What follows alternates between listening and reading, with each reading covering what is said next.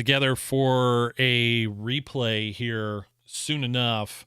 We had some technical difficulties, probably lost everyone that was on the live feed, and we're currently on the Pittsburgh Steelers schedule, and we're going to bring this back up, and it just totally threw me off. But if you missed what we were discussing, myself and Brian actually have the Steelers very ballsy interdivision prediction here, with the Steelers going 5-1 in a division this year, sweeping the Cleveland Browns and the Baltimore Ravens, and splitting some time with splitting the games with the Cincinnati Bengals. And then we're going to go through now and select where the wins and losses are going to come, and see where the Steelers fall in the division. So if you're just catching up to us right now, we froze. I don't know what happened. And the software crashes and things that happen, but apologies, and we'll just cover real quick where we were. We had the Baltimore Ravens basically going 8-9 or 9-8 in the division. This is barring like any injuries or anything else. This is just kind of going off the top of the head, off of our heads, what we see on paper. An 11-win Cincinnati Bengals team, 11-6, and then the Cleveland Browns, probably in the same territory, 9-8 or 8-9. So now it's time, and I'm going to see if Brian is back too, because he's having some technical difficulties on his end, and see if I can get Brian back in here.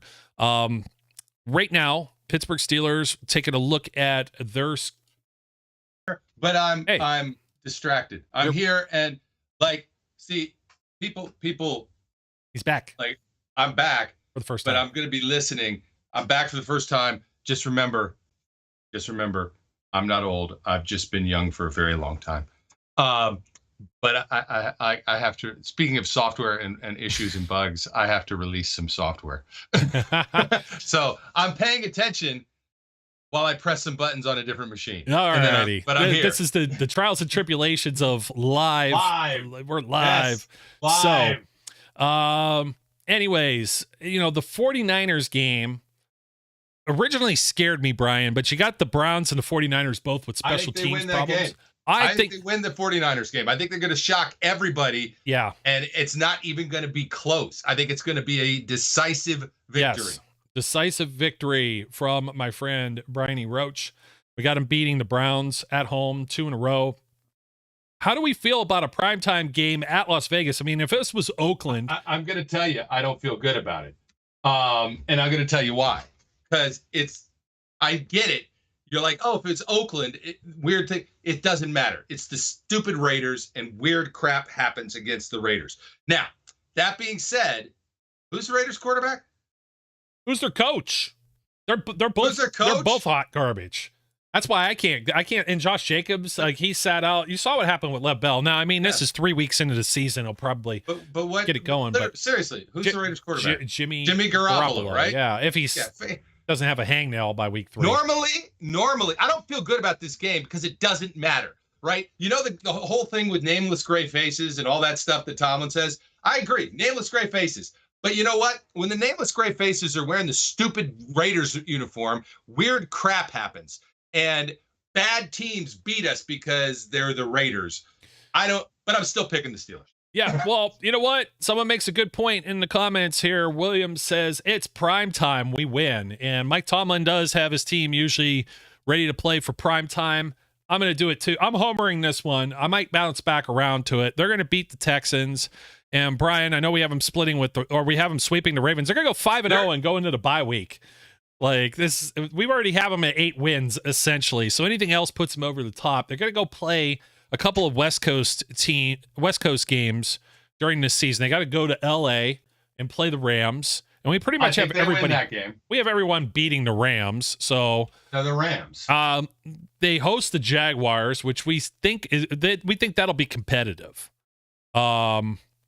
They host the Jaguars. Yeah, and how did I get the Texans on here? I have a typo in my schedule, so give me. They play the Texans. They play in Houston. Yeah, right? but they play week 4. They don't play the Thursday night game in week 9 is the Titans. I had to retype some of this because it had like duplicates and crap. We're doing Steelers predictions, so I need to have this here. Okay, the bobblehead is back.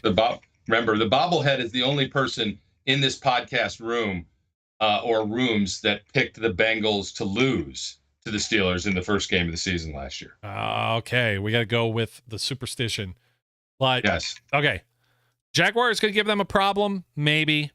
Thursday night game. These are all three are home games. Jaguars, Titans, and Packers. They have a Thursday night. They should beat the Titans on Thursday night for sure. Packers at home with Jordan Love. I mean, that defense will be tough. I believe that they will beat the Packers. Beat the Packers. We already know about the Browns and Bengals. So what do you think about the Jaguars, though? They can't go undefeated. There's no way that they're going to go undefeated. No. I don't believe that. Look, I'm going to do the same thing. I know that I said I'm going to take the Texans or the Steelers in the one game. The Texans are going to surprise some teams. I'm just telling you. They're going to. And in Houston, there's a chance we're one of them. Now, the difference is CJ, it's still early in the year, right? And CJ hasn't seen TJ and Alex and Marcus Golden and, Nick Herbig. He may have seen Nick Herbig. He saw Nick Herbig last year. He hasn't seen Minka. He hasn't seen Minka. He hasn't seen Cam Hayward. So I have a hard time flipping that. Look, they're going to lose one of these games. It may as well be the Jaguar one. Okay, fair enough.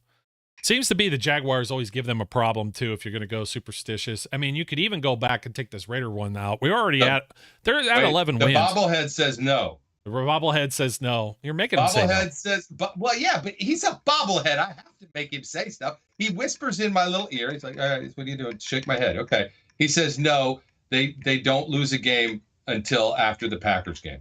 Okay. That's what he says. I don't agree with the bobblehead. All right. Okay. Whatever. Browns and Bengals went through. They're going to beat the Browns. They're going to lose that Bengals game. Yeah, we already determined that. Yeah. Didn't we have the Cardinals at home? Yeah. There's no, I can't. And Patriots Thursday night at home also. Yeah.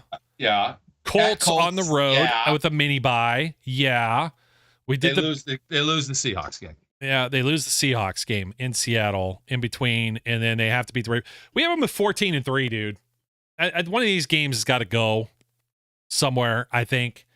Some people are saying 13. I think they can get to 12 wins. We do have them winning the AFC North, and it looks like sophomore slump, Charles. There's no sophomore slump for quarterbacks, okay? It's the inverse, my friend. The freshman season in the NFL is what's bad. Kenny is not slumping. He's not in a slump mode right now. That's preposterous. Look, this is all, all right, wait, we need a new graphic. It's intimate times with Brian. Don't put that one up there. But let's just go with maths with Brian. All right, here's the maths, right? Realistically, this is a Steelers podcast. We're Steelers fans. We're homering some of this. There is no question about that. Could they get their butts kicked by the 49ers? Sure they could, right? I don't see it happening. I actually think they're going to play that game very well. Any of these AFC North games could go either way. That's the way AFC North games are, right? Mm-hmm. They are competitive. Nobody's been blowing anybody out over the last 3 or 4 years, except maybe some games with the Bengals and the Steelers where we got our butts kicked. But be that as it may, right? All of these games could go either way. We're going to lean to the optimistic side because that's what we do. How many times have we just gone, they're going to be 16-0? Because, we did, no. We did that the one year, and that's the year they started 11-0. Yeah, I know. It was like, what the hell is going on? But we used to go on the Aussies guys show, and they'd go, how are they going to do this year? And we go 16-0. Yeah. 17-0. Like, okay, 17, but you could find, let's say we find some losses and they don't. The Raiders game could be a loss. Yeah, they split the Ravens and also, okay, you're still at 12. As long as they the Ravens now go up to 10. Yeah, the Ravens go to 10 instead. Okay. And so they're 10-7. Everybody's got a winning record in the AFC North, which I don't think is preposterous. Cleveland's still in the basement, as I believe they'll be. I'm actually quite surprised I got Cleveland to 9 wins on this. Like, it's his schedule's just weak for the entire division, to be completely honest. On paper, the way it looks, it could always change. You never know. Well, I mean, you have them. I didn't really talk about the Jets game. Mm-hmm. I actually think they'll probably beat. Yeah, so let's talk about the Jets for a second. But they're not going to finish ahead of the Steelers. I don't believe that they will finish ahead of the Steelers. And if I anything, agree with that statement. I think the Ravens could be in the basement. They could be, absolutely. Very well. I think they've got more, at least with Cleveland. I know they're changing systems and doing some things like defensively, new special teams coach. They got some change there, but they got carryover. They got the same head coach from before and everything.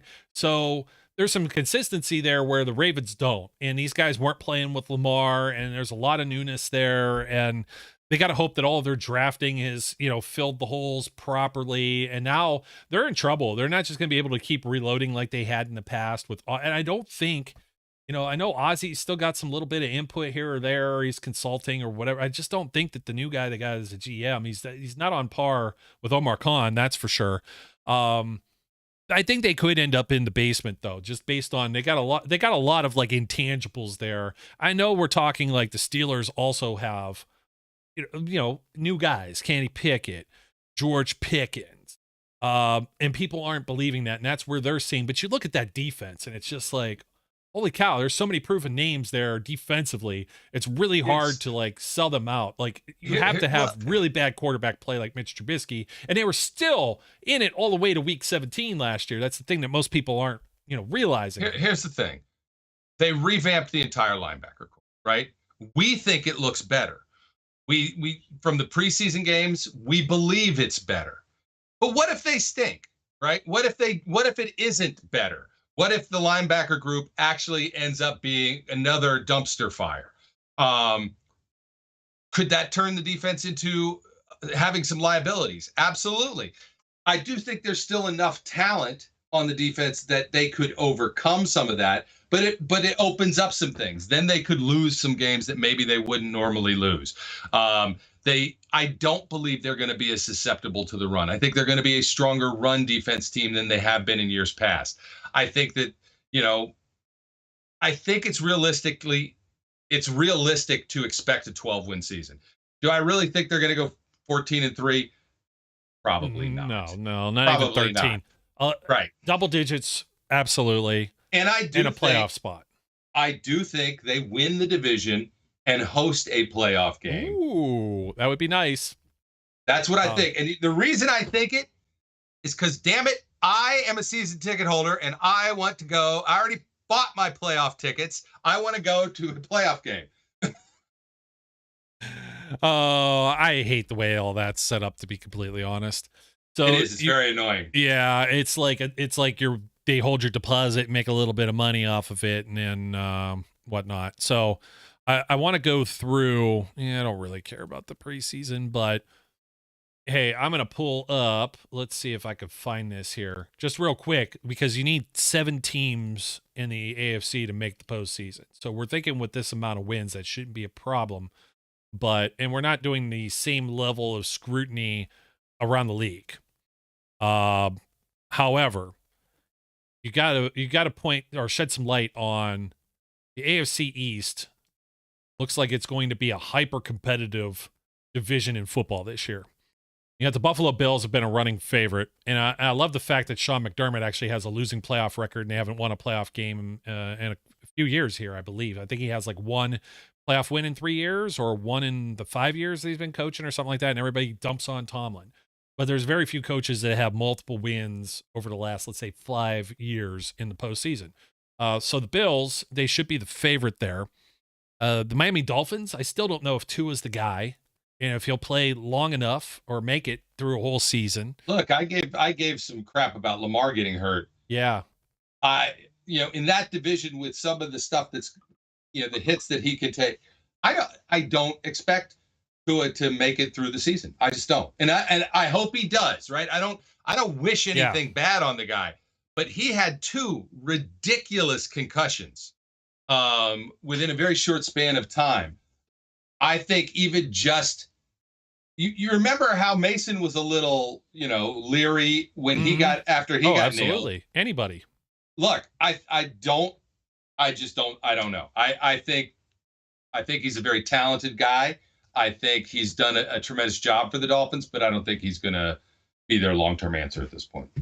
And something I want to mention too is, let's see, I'm going to find, well, you got the New England Patriots, who I don't believe the only quarterback on their roster is Doughboy, right? They didn't sign anybody again yet, until they trade for Mason Rudolph. Another right? new OC, another new OC for this team. I mean, Bill Belichick, the house is on fire there. Here's a guy. I mean, it's your normal Chris Collinsworth standard fare. Here's a guy that hasn't won a playoff game in the last 4 years. He has just 2 appearances. So another shining example. Can we all remember that before it was Belichick and Brady, it was Belichick and most of the teams he coached stunk? Mm-hmm. Especially the Cleveland Browns. Especially the Cleveland Browns.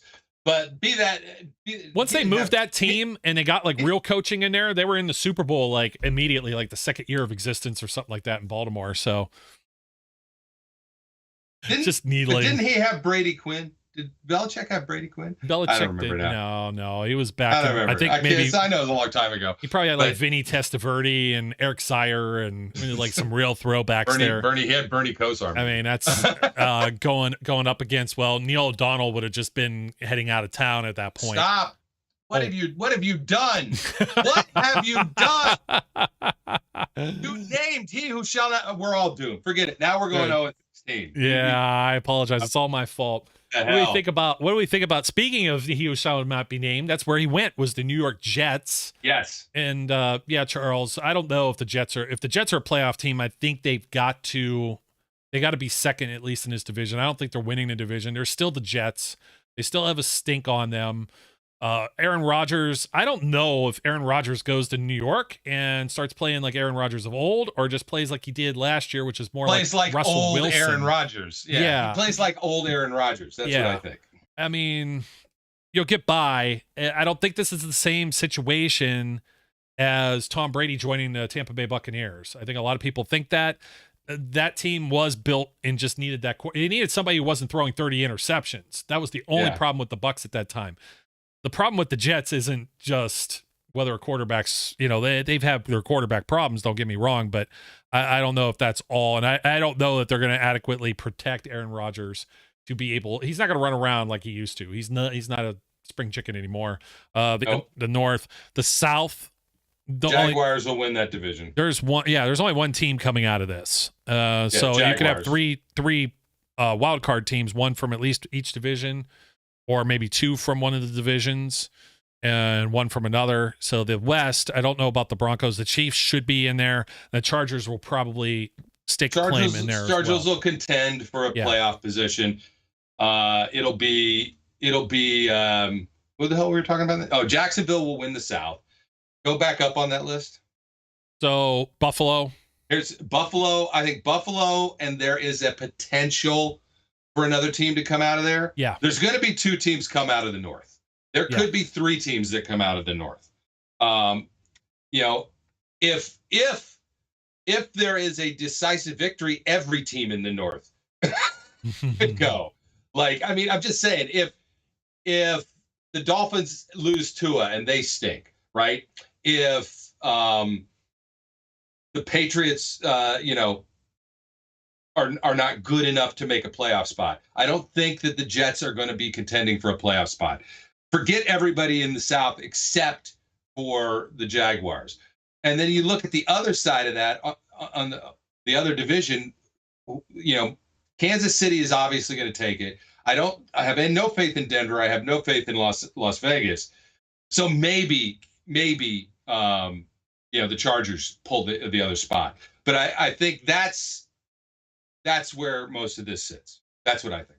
Here's some trivia for you. And Charles pulling out Belichick did win a playoff game when he was in Cleveland against the Patriots of all teams. Yes, he did. Against his old mentor, Bill Parcells, coaching the New England Patriots in the 1994 season, which the Steelers lost. Was that Stan Humphries? Was that the yes, it was. So the Browns win a playoff game and then have to go and play the Steelers and get walloped 29-9. I just have to remind them of that right after. So that was like the last time. Well, I won't say the last time the Browns won a playoff game. We don't care about that. That was a COVID season and doesn't count. So you know what? I think we're going to put a bow on this, but I'm going to be honest with you. Yeah. I do care about that. It annoyed the crap out of me. Oh, okay. There's a couple bad ones that sting, obviously. Yeah. Like that's nothing hurts more than the Jesse Kotick game, I think, in my opinion. There is no game that lingers on. There is no game that the loss still rankles at the same level. There is no game that you just want to go back and find Al River, whatever his name is, Riveron, and kick him in the nuts repeatedly over and over again until he realizes Jesse caught it. Yeah, because that changed the whole playoff seeding, and then the Steelers disappoint against the Jacksonville Jaguars.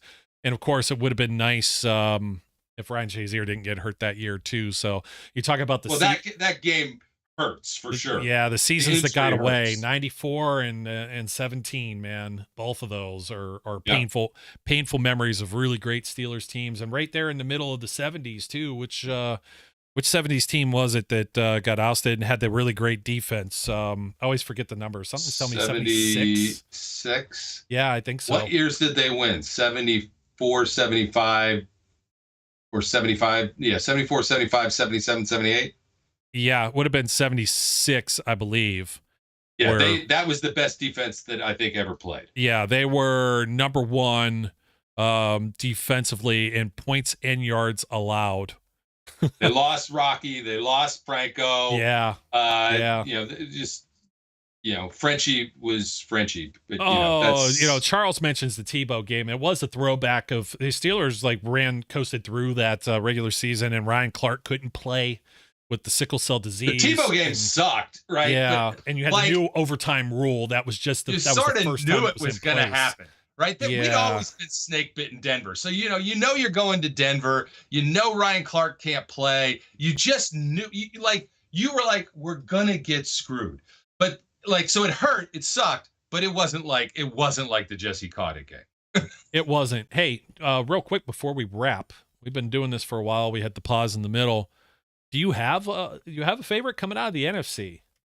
I mean, I don't really have a Super Bowl pick, so to speak. I have teams I like to see in the playoffs I think will compete. Yes, I think Cincinnati's still in that mix at least for one more year. Buffalo, Kansas City, absolutely. Probably still the top dogs to the AFC and the NFC. I mean, too many people are talking about the Detroit Lions right now, and I think that's too much for them right now. But like the Cowboys, I'm going to tell you what I think. Yeah. I'm going to go with the team that was there last year. Philadelphia.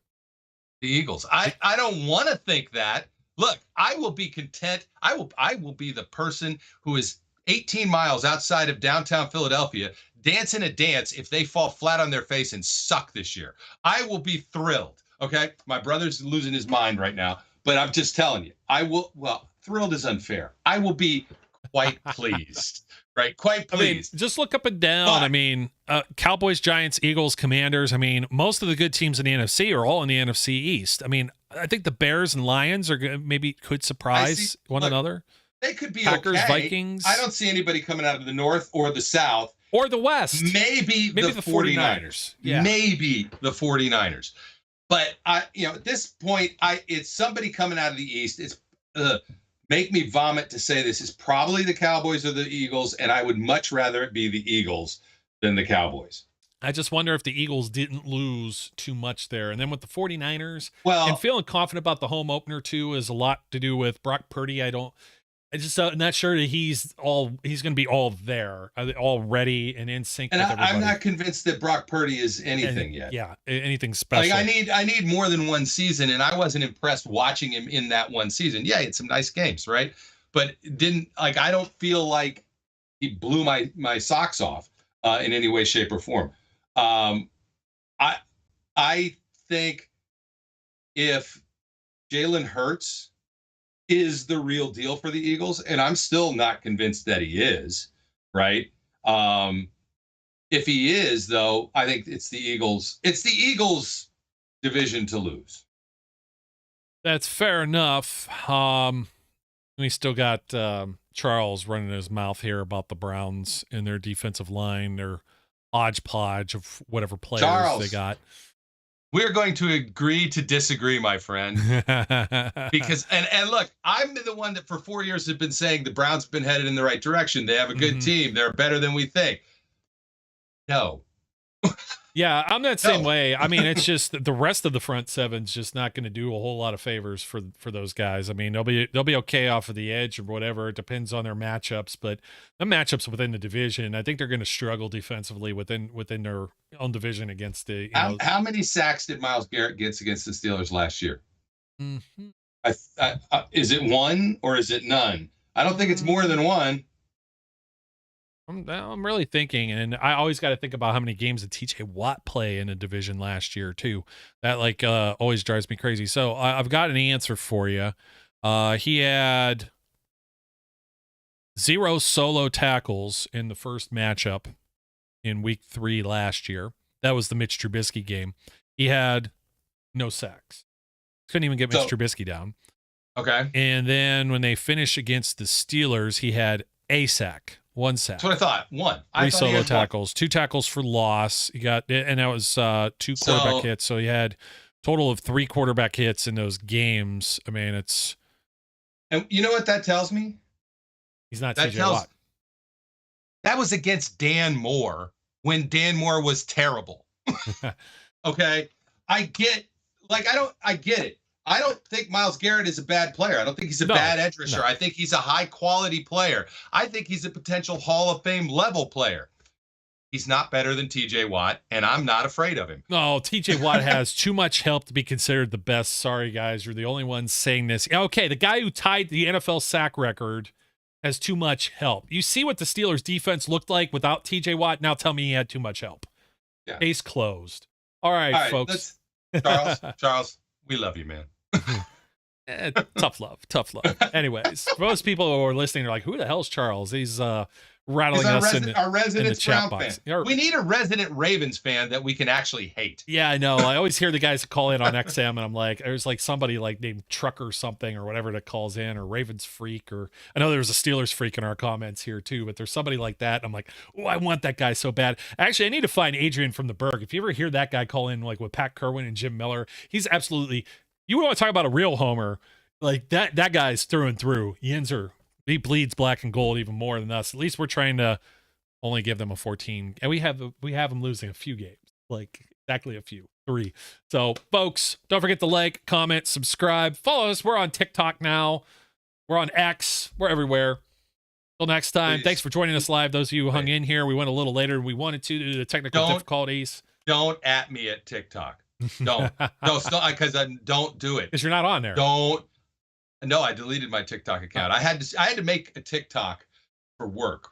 When I got this job, I was required to make 2 TikToks. Job requirement to have TikTok. It literally was. Our CEO loves TikTok, right? So our job requirement is we all had to make 2 TikToks, and then they play them in this company meeting for everybody. So I had to make 2 TikToks. I made them and deleted my account the minute they got played. So I'm not on TikTok. Do not at me on TikTok. I will not respond on TikTok. I don't understand why I have 600 followers on Instagram when I don't do anything on Instagram. That's funny. And we're starting to do a little more on Instagram. We had too many people ripping off our stuff, and that was just on my last nerve, to be completely honest. So I stopped posting things on there. I got to tell you one more thing that I thought was kind of fun. I don't know if you saw the Browns news today, but they created more salary cap room. This team is they're kicking this can to where they're not going to be able to pay anybody. And Jedrick Wills, they restructured his contract. He was on a rookie contract. Like, are you kidding me? They added void years to this dude. Like, get out of here with this mess. This is just, and everybody thinks that restructuring is like this magic super fix. I mean, just, oh man, just unreal. Unreal. So keep doing it. Keep digging that hole. $67 million next 3 years for Deshaun Watson. C'est la vie. Joe Burrow's contract, $50 million a year. It's coming. Lamar's is already there. prime time for the Steelers to win those individual matchups with their young quarterback contract with a young Kenneth Shane Pickett. My name's Joe. His name's Brian. Till next time, folks, we encourage everyone out there to be safe, be good, and we'll catch you later. I think we'll see if this thing's going to work for us. It is. Yay. I have to fart. We would like to thank you for listening and remind our listeners to follow us on social media and our website.